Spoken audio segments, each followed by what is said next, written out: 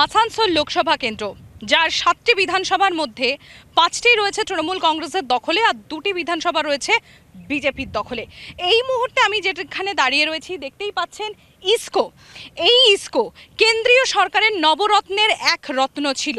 2006 থেকে যখন ইসকোর পুনর্নবীকরণ শুরু হয় তারপর থেকে অনেকটা সময় পেরিয়েছে।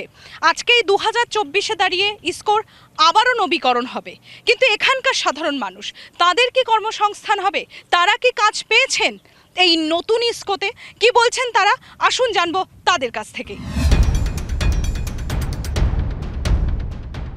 আসানসোল লোকসভা কেন্দ্র, কয়লা খনি অঞ্চল এই আসানসোল, আর কয়লা চুরি, কয়লা পাচার সহ একাধিক কাণ্ডে নাম জড়িয়েছে এই রাজ্যেরই শাসক দলের শীর্ষ নেতা মন্ত্রীদের।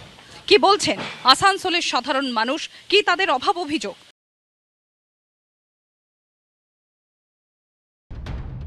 এই মুহূর্তে আমরা দাঁড়িয়ে রয়েছি আসানসোল লোকসভা কেন্দ্রেরই একটি বহু পুরনো কয়লা খনিতে। 110 বছরের পুরনো এই কয়লা খনি, আর এই যে সুড়ঙ্গ দেখতে পাচ্ছেন আপনারা, 7 কিলোমিটার লম্বা এই সুড়ঙ্গ। তাহলে এই কয়লা খনি অঞ্চলের মানুষ, আসানসোল অঞ্চলের মানুষ কি বলছেন তারা? এবার লোকসভা নির্বাচনে তারা কাকে চান? পাওয়ার পাল্লা ভারী নাকি না পাওয়ার অভিযোগ বেশি? জানবো তাদের কাছ থেকে। আসানসোল লোকসভা কেন্দ্র একদা সিপিআইএমের গড়, সিপিআইএমের হাত থেকে ছিনিয়ে নেয় বিজেপি, আর সেই বিজেপির তরফ থেকে প্রতিশ্রুতি দেওয়া হয়েছিল এই লোকসভা কেন্দ্রের মানুষকে এখানে গড়ে উঠবে এইমস, হবে ফ্রেট করিডোর। এইমস পায়নি এখানকার মানুষ, ফ্রেট করিডোরের কাজও তথৈবচ এগোয়নি এক ফোঁটাও বলে এখানকার মানুষের অভিযোগ। পাশাপাশি আরও অভিযোগ এখানকার অর্থাৎ এলাকার আইন শৃঙ্খলা পরিস্থিতি নিয়ে। কি বলছেন এখানকার সাধারণ মানুষ, এই লোকসভা কেন্দ্রের মানুষ, শুনবো তাদের মুখ থেকেই। পশ্চিমবঙ্গের দ্বিতীয় বৃহত্তম শহর এই আসানসোল, ঝাড়খণ্ড সীমানা লাগোয়া এই আসানসোল লোকসভা কেন্দ্র, যেখানে অবাঙালি ভোট একটা বড় ফ্যাক্টর, কারণ এখানে মোট জনসংখ্যার প্রায় 50% মানুষ অবাঙালি। জি 24 ঘন্টা লোকসভা লোকাল নিয়ে আমি সম্প্রীতি আজকে হাজির হয়ে গিয়েছি আমরা আসানসোল লোকসভা কেন্দ্রে। খনি অঞ্চল, শিল্পাঞ্চল এই আসানসোল, 7টা বিধানসভার মধ্যে এখানে 5টা তৃণমূল কংগ্রেসের দখলে আর 2টো বিজেপির দখলে। আজকে আমরা জানবো এখানকার মানুষের পাওয়া এবং না পাওয়ার তালিকাটা কতটা দীর্ঘ। আমি তাহলে এই মুহূর্তে, যেহেতু এই আসানসোল লোকসভা কেন্দ্র রয়েছে রাজ্যের শাসক দল অর্থাৎ তৃণমূল কংগ্রেসের দখলে, তাদের কাছেই চলে আসবো। একই ক্যান্ডিডেট এবারেও এখান থেকে আপনাদের প্রার্থী হয়েছেন শত্রুঘ্ন সিনহা। জয়ের ব্যাপারে কতটা আশাবাদী? একদম 100% আশাবাদী, কেন উনি কাজও করেছেন। বাই ইলেকশনে আমরা এর আগে কোনো সেরকম বিজেপি দুবার জিতেছিলেন, কিন্তু আমরা দেখতে পাইনি কোনো এমপিকে। কিন্তু বিজেপির আগে যিনি জিতেছিলেন তিনি তো পরে তৃণমূল কংগ্রেসে আসার জন্যই তো এখন তৃণমূলে এসে কাজ করছেন। আমাদের ওয়েবটাই এরকম, দিদি বলেইছেন যে কাজ করতে হবে, ঘরে বসে কাজ করলে চলবে না। ক্যান্ডিডেট হবে, জিতবে এবং কাজও করতে হবে, মানুষের পাশে থাকতে হবে। আমরা মাটি মানুষের লোক, মানুষের সঙ্গে থেকে কাজ করতে ভালোবাসি এবং কাজ করার জন্যই কিন্তু তৃণমূল কংগ্রেস তারা জয়ের ব্যাপারে আশাবাদী। আমি বিজেপির কাছে চলে আসবো। একদা সিপিআইএমের গড় বলে পরিচিত এই আসানসোল কেন্দ্র, যারা সিপিআইএমের কাছ থেকে ছিনিয়ে নেয় তারা হচ্ছে বিজেপি ছিনিয়ে নিয়েছিল, এবং তারপর বিজেপির যিনি সাংসদ ছিলেন তিনি তৃণমূল কংগ্রেসে জয়েন করার পর আপনাদের এখানে বাই ইলেকশন হয়, এবং বাই ইলেকশনের পর এটা তৃণমূল কংগ্রেসের হাতে যায়। এবারে আপনারা জয়ের ব্যাপারে কতটা আশাবাদী, কারণ আপনাদের প্রার্থী এবার এখানকার ভূমিপুত্র? এইবারে আমরা জয়ের ব্যাপারে প্রচণ্ড আশাবাদী, কারণ আমাদের ভারতবর্ষ যেভাবে এগিয়ে যাচ্ছে সে তুলনায় আসানসোলেও নরেন্দ্র মোদীজি অনেক কাজ করেছে। আমরা কুমারপুর ওভার ব্রিজ পেয়েছি, আমরা তপসি ব্রিজ পেয়েছি, আসানসোল স্টেশনকে অমৃতবার স্টেশন হিসাবে আমরা পেয়েছি। আপনারা আসানসোল স্টেশনের সামনে গেলে দেখতে পাবেন আসানসোল স্টেশন আজকে এয়ারপোর্টের মতো হবে, তার ডেমোটা রাখা আছে। এমনকি আমাদের আসানসোল স্টেশনে সোলার লাইট গ্রামে গ্রামে আজকে নরেন্দ্র মোদীজির আশায় পেয়েছি। আর আমাদের দেশ আজকে যেভাবে এগিয়ে যাচ্ছে, দেশে প্রতিদিন 37 কিলোমিটার রাস্তা হচ্ছে। আজকে আমাদের দেশে অটোমোবাইল ম্যানুফ্যাকচারিং এ দেশ 3 নম্বরে চলে এসছে। আজকে আমাদের অর্থ ব্যবস্থাতে দেশ 10 নম্বর থেকে 5 নম্বরে। অটোমোবাইল ইঞ্জিনিয়ারিং এর কথা যখন হচ্ছে, আমি একদম ইসকোর সামনে দাঁড়িয়ে আছি এই মুহূর্তে আমরা বানপুরে। ইসকোর জন্য এই আঞ্চলিকভাবে লোকাল মানুষ কতটা উপকৃত হয়েছে? দেখুন, ইসকো এই শিল্পাঞ্চলে নামই হয়েছে ইসকোর মতো। আপনি যদি বলেন যে এই অঞ্চলে সাইকেল ফ্যাক্টরি ছিল, এই অঞ্চলে গ্লাস ফ্যাক্টরি ছিল, অ্যালুমিনিয়াম কারখানা ছিল, এবং তার সাথে কয়লা খনি, এবং হিন্দুস্তান কেবলস যেটা বিজেপির দ্বারা বন্ধ হয়েছে, বান স্ট্যান্ডার্ড যেটা বিজেপির দ্বারা বন্ধ হয়েছে, কুলটিকে বিজেপি বন্ধ করে গেছিল। এই শিল্পাঞ্চলটাতে আজকে যেটুকু আলো বিচ্ছুরিত হচ্ছে তার অবদান ইউপিএ 1-এর টাইমে ইসকোর মডার্নাইজেশনের কাজ, ইসকো যখন বিএফআরে চলে গেছিলো তার থেকে সেলের মাধ্যমে ইসকোকে এনে আজকে কারখানাটাকে 18,000 কোটি টাকা বিনিয়োগ করে বাঁচানো হয়েছে। এখানে বাম এবং কংগ্রেসের মানে সেই সময়ে যে ইসকো বাঁচাও কমিটি গড়ে উঠেছিল তার প্রধান নেতৃত্বে যারা ছিল বাম এবং কংগ্রেস নেতৃত্ব, আজকে ইসকো কারখানার যে আলু বিচ্ছুরণ হচ্ছে এই সারা শিল্পাঞ্চল জুড়ে এবং যে ব্যবসায়িক পরিকাঠামো এখনও বেঁচে আছে, আর যদি ইসকো বন্ধ হয়ে যেত আমরা এখানে দাঁড়িয়ে এই দিনের আলোতে আমরা কথা বলার জায়গায় থাকতাম না। চুরি, ডাকাতি, ছিনতাই, রাহাজানি এত বেড়ে যেত যে মা বোনেরা না বেরোতে পারতো না আমরা দাঁড়িয়ে কথা বলতে পারতাম। আজকে ইসকো কারখানাকে মডার্নাইজেশন করে ইউপিএ গভর্নমেন্টের সময় থেকে, এছাড়াও সামান্য দুটো আপনারা বলছেন যে বিজেপির সময় কোনো কাজ হয়নি, বলছে কেন্দ্রের বিজেপি সরকারের আমলে কোনো কাজ হয়নি। আজকে ইসকোতে আমাদের নরেন্দ্র মোদীজি ইসকোকে মডার্নাইজেশন করার জন্য 33,000 কোটি টাকা দিয়েছে। আজকে কিন্তু তাতে লোকাল মানুষের কি উপকার হবে? সেল অধিগ্রহণ করার পর তো সেখান থেকে তারা পরীক্ষা দিয়ে আসবে, এখানকার মানুষের কি উপকার হবে? আসানসোলে লোকাল ছেলের দাবির জন্য আমাদের এমএলএ মাননীয় অগ্নিমিত্রা পাল বলেছে আসানসোলে 5,000 যুবককে চাকরি দেওয়া হবে। সাধারণ মানুষ উপকৃত হবে, এখানকার যারা লোকাল তারা উপকৃত হবেন। শাসক দল, রাজ্যের শাসক দল তারা কি সহমত এই দাবি? এর আগের মডার্নাইজেশনেও আমাদের আসানসোল বার্নপুরের লোকাল স্থানীয়রা 1%ও পায়নি। আপনারা দেখতে পারেন এত বড় মডার্নাইজেশনের পর বার্নপুর শহর আসানসোল যা ছিল তাই। আর আজকে আমাদের যে বন্ধু বললেন বিজেপির যে কল্যাণ কুমারপুর ব্রিজ হয়েছে, দুবারের সাংসদ বিজেপির একটা ব্রিজ করতে পারেনি। আমি আপনার অন ক্যামেরা বলছি, পারলে দেখে আসুন ব্রিজটা এখনও ইনকমপ্লিট আছে। ওনারা 10 বছরে একটা ব্রিজের ভাওতা দেন, একটা জিনিসের ভাওতা দিয়ে। আর ওনাদের একটা জিনিস করতে হয় কি, ওনাদের এমন ক্যান্ডিডেট হয় যে ওনাদের আলুয়ালিজেকে কখনো দার্জিলিংয়ে 5 বছর তোমার দেখা নাই করে দুর্গাপুরেও তোমার দেখা নাই, এবার এসছেন আসানসোল। ভূমিপুত্র কোথায়? করোনার সময় এই ভূমিপুত্র কোথায় ছিল তৃণমূলের কর্মীরা, ছিল মামাটি মানুষের কর্মীরা। আরও একটা বিষয় যেটা ওভারলুক করলে চলবে না, সেটা হচ্ছে এখানকার এই যে কয়লা পাচার এবং এই দামোদর নদ, তার পাশে অজয় নদ রয়েছে, এই দুটো নদের বালি তুলে পাচার করার এরকম অভিযোগ এখানকার দীর্ঘদিনের। আর এই দুটো ক্ষেত্রেই বারংবার নাম উঠে আসছে রাজ্যের শাসক দলের নেতা মন্ত্রীদের। সেই নিয়ে কি বলবে? আমি একবার শাসক দলের কাছে আরও একবার চলে আসবো। যারা সুরক্ষায় আছেন, সেন্ট্রাল গভর্নমেন্ট প্রপার্টি সিআইএসএফ কাদের লোক?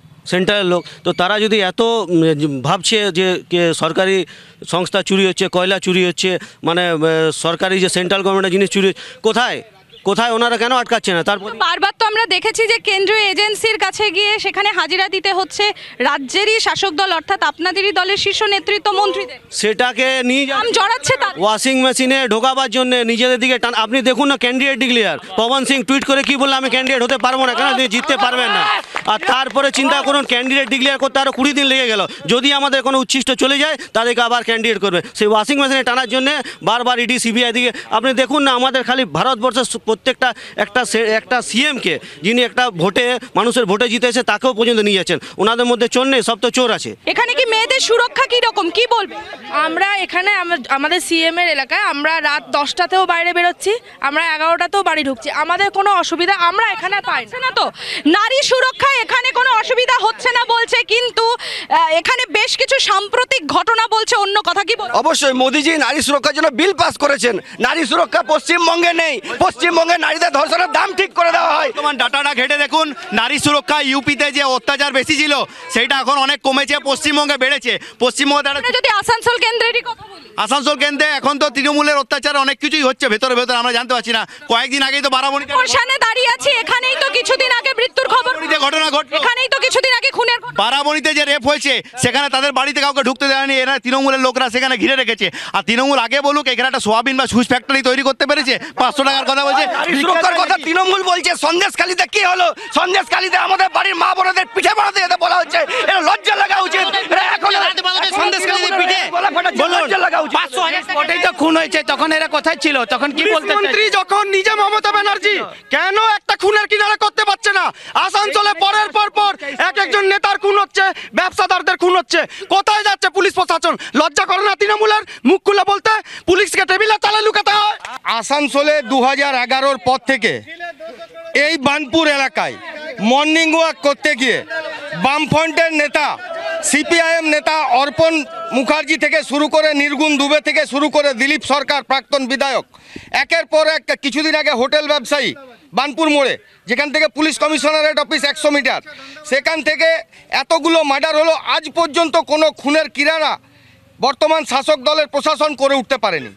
একটা টাইম আপনাদের গড় ছিল, এখন কি অবস্থা? এখন খুব খারাপ অবস্থা। এবং আমরা যেটা বলতে চাইছি, এবারের নির্বাচন হচ্ছে সাধারণ মানুষকে বেঁচে থাকার নির্বাচন। আগামী দিন সিদ্ধান্ত নিতে হবে যে হচ্ছে শত্রুঘ্ন সিনহা বিজেপিতে ছিলেন, তিনি এখন আবার তৃণমূলের ক্যান্ডিডেট হয়ে বাই ইলেকশনে জিতে এসছেন। পার্লামেন্টে উনি 5 বছর কোনো কথা বলেননি। এনারা দুপক্ষ এসে বাবুল সুপ্রিয়র ক্ষেত্রে তো একই ঘটনা সুপ্রিয়র ক্ষেত্রে একই হয়েছে। বাবুল সুপ্রিয় সেদিন হচ্ছে বিজেপির থেকে বলেছিলেন নরেন্দ্র মোদী এসে যে এখানে হামকো বাবুল চাহিয়ে, বাবুলকে তুলে দেওয়া হয়েছিল নরেন্দ্র মোদীকে। সেই নরেন্দ্র মোদী বাবুলকে নিয়ে নাচতে নাচতে হঠাৎ কোথায় দিদির সাথে দেখা হলো মুড়ি খেয়ে, হঠাৎ তিনি হচ্ছেন তৃণমূলে ঢুকলেন। রাজীব ব্যানার্জি দিদির ফটো নিয়ে কাঁদতে কাঁদতে বিজেপিতে চলে এলেন। এই যে ডুয়েট গেম সাধারণ মানুষকে বিভ্রান্ত করছে, এর বিরুদ্ধে আমাদের লড়াই বামপন্থী এবং কংগ্রেস দলের। আজকে কংগ্রেসের অনেক ভুল ত্রুটি আমরা বিরোধিতা করেছি, কিন্তু কংগ্রেস হচ্ছে সবচেয়ে বড় ঘাঁটি। যা হচ্ছে তর্ক বিতর্ক এভাবেই চলতে থাকবে। 13ই মে অর্থাৎ লোকসভা নির্বাচনে 4র্থ দফায় এই আসানসোল লোকসভা কেন্দ্রে ভোট গ্রহণ হবে। এখনো বেশ কিছু বাকি আছে, কারণ এই বাবুল সুপ্রিয় যখন বিজেপির হয়ে এখানে এমপি হন, তখন তিনি এখানে বলেছিলেন যে এমসের মতো হাসপাতাল হবে। কি আদৌ কি পেয়েছেন? না, এখানকার মানুষ পায়নি। আমরা সেই নিয়ে ফিরবো একটা ছোট বিরতির পর। সঙ্গে থাকুন, দেখতে থাকুন জি 24 ঘন্টা লোকসভা লোকাল।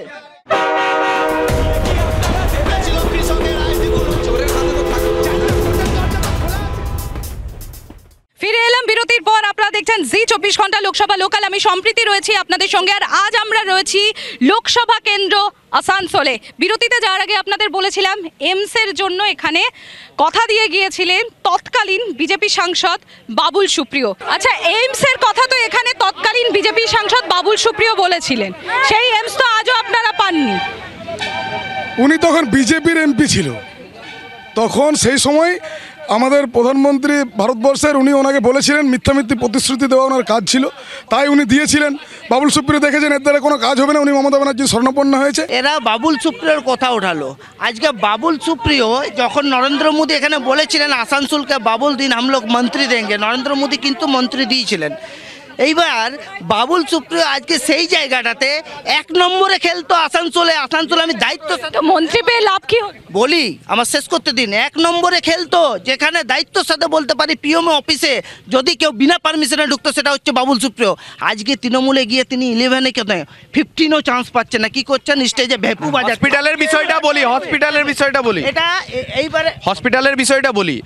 আজকে যখন নরেন্দ্র মোদীজি আমাদের এইচডি হসপিটালে অক্সিজেন প্ল্যান্ট করে দিয়েছে, আর হসপিটালের কথা বলছেন, নরেন্দ্র মোদীজি তো এমস করতে চান, রাজ্য সরকার জমি দিচ্ছে না হসপিটাল করার জন্য। সাধারণ ইস্কোতে কারখানাতে চাকরি কাজ করার জন্য তৃণমূলরা টাকা নেয়, গরিব ছেলেদের কাছ থেকে টাকা পয়সা নিয়ে ইস্কোতে নিয়োগ করা হচ্ছে, 50,000 টাকার বিনিময়ে নিয়োগ করা হচ্ছে, তখন কেন বলছে না? দুটো অভিযোগ রাজ্যের শাসক দলের বিরুদ্ধে। 1, কেন্দ্র সরকার এখানে এমস করতে চায় কিন্তু রাজ্য সরকার জমি দিচ্ছে না। আর 2, যারা এখানে ইস্কো বা সেলে চাকরি পাচ্ছে তাদের টিএমসি তাদের কাছ থেকে টাকা নিয়ে তবে চাকরি দিচ্ছে, এমনই গুরুতর অভিযোগ রয়েছে দুটো। আমি তৃণমূল কংগ্রেসের কাছেই আসবো। ম্যাডাম, এই প্ল্যান্টে ইউনিয়ন এখন কাদের আছে জিজ্ঞেস করুন। আইএনটিইউসি, সিটু আর বিজেপির সংগঠন। আমাদের সংগঠনের ইউনিয়ন এখনো অ্যাফিলিয়েশন নয়। তাহলে এই প্ল্যান্টে লোক ঢুকবে তৃণমূলের পয়সা নিয়ে। এইখানে সেন্ট্রাল গভর্নমেন্টের ফোর্স, এরা সব এগুলো করে বদনাম করার জন্য, এরা তৃণমূলকে ইউজ করে। 500 বেডের প্রাইভেট হাসপাতাল হচ্ছে, প্রাইভেট হাসপাতালটা কিভাবে জমিটা পাচ্ছে? যদি সরকারি হাসপাতালটা জমি না পায়, এটা তো হাস্যকর ব্যাপার। মমতা বন্দ্যোপাধ্যায় নিজের রাজ্যে কোনো রকম উন্নয়নের যে কথা ইয়া কাজ, সেটা হবে না। আজ কোনো প্রস্তাব হলে সেটা প্রথম রাজ্য সরকারের, মমতা সরকারের যেমন কথা সেরকম কাজ। কি বলবো? প্রথম কথা হচ্ছে, আপনারা জানেন প্রিয়রঞ্জন দাসমুন্সি রায়গঞ্জে এমসের জন্য ফাইল স্যাংশন করিয়েছিলেন, তারপর উনি অসুস্থ হয়ে যান। সেই এমস বর্তমান তৃণমূল সরকার কল্যাণীতে স্থানান্তরিত করেছিলেন জমি দিয়ে। দাঁড়ান, সেই এমস এখনও কিন্তু ফুল ফেজেড চালু করতে পারেনি 10 বছরের নরেন্দ্র মোদী সরকার। এক, দ্বিতীয় কথা হচ্ছে, যে এমসের কথা ভাই বলল, আশা করি নরেন্দ্র মোদী যেভাবে এসেছিল বাবুল চাইয়ে, এরকমই আসানসোলে আসবেন। সেরকম আসানসোলে এসে উনি রাজ্য সরকারের কাছে এমসের জন্য জমি চেয়েছেন, সেই কাগজটা আসানসোলের মানুষের কাছে কি বলবেন? শ্বেতপত্র যেটা আছে সেটা একবার দেখে নেবেন। দাদাকে বলবো, যেটা 8 এপ্রিল প্রকাশ হয়েছে। জমির কথা তৃণমূল বলছে, আজকে আমাদের বার্নপুর এয়ারপোর্টটা কেন আটকে আছে? জমি জটে আটকে আছে। আজকে এই যে দামোদরের ব্রিজ কেন হয়নি? তৃণমূল তো পরিষ্কার মঞ্চে দাঁড়িয়ে বলে গেছে দামোদরের ব্রিজ হয়নি, বার্নপুরের এয়ারপোর্টে আটকেছে। এক সেন্টেন্সে বলছি, এখানে ভারতবর্ষে একটাই গ্যারান্টি চলছে, সেটা হচ্ছে মোদিজির গ্যারান্টি। সেটা কানে ঢুকিয়ে নিন, আমরা ছোট থেকে শুনেছি মানুষের 3টে হাত হয় এবং 3টে চোখ হয়। তো বিজেপি হচ্ছে তৃতীয় হাতটা, ডান হাত, বাঁ হাত এবং অজুহাত। বিজেপি হচ্ছে অজুহাত। জায়গা দেয়নি বললে হয় না। তিনি কিন্তু ভারত সরকারের একজন প্রধানমন্ত্রী, তিনি জায়গা চাইবেন, জায়গা পাবেন না, এটা তো হতে পারে না। যদি মুখ্যমন্ত্রী জায়গা চাইলে জায়গা পায়, উনি কেন পাচ্ছে না? ওনার বাংলার মানুষ ভাওতাবাজি সরকারে আর বিশ্বাস করবে না।